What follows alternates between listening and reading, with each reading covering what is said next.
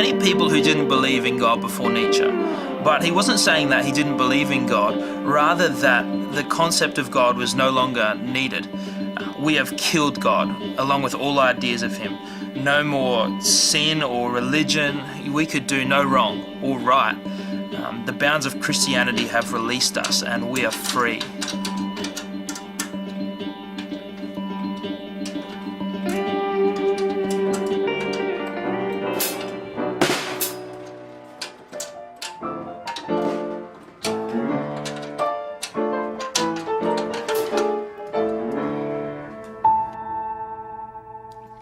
A group of psychologists tried an experiment using playground fencing to understand the effect that boundaries have on child's play.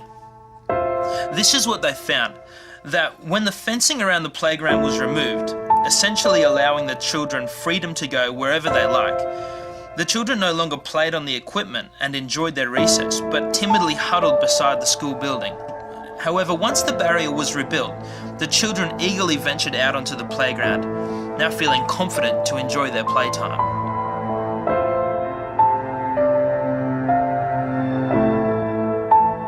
It's interesting that what appeared to be a restriction on the freedom of the children was actually the very thing that allowed them the assurance that they could play in safety.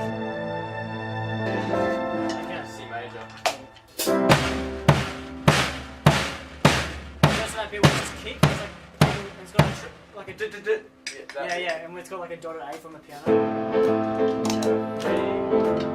Coming on C. Skip to wherever it comes.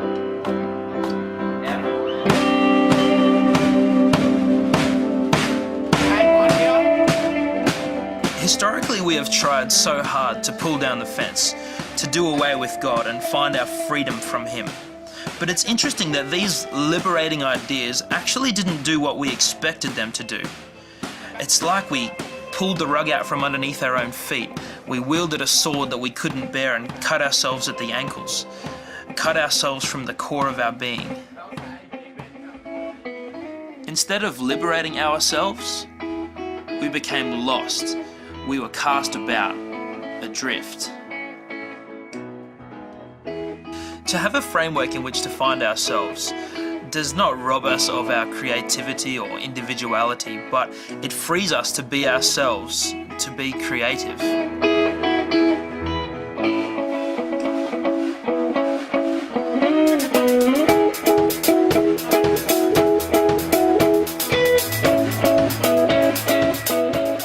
Compare it to music. If you put an instrument in the hands of someone who doesn't understand the rules of music, like harmony and the relation of notes, they will play aimlessly and produce chaos.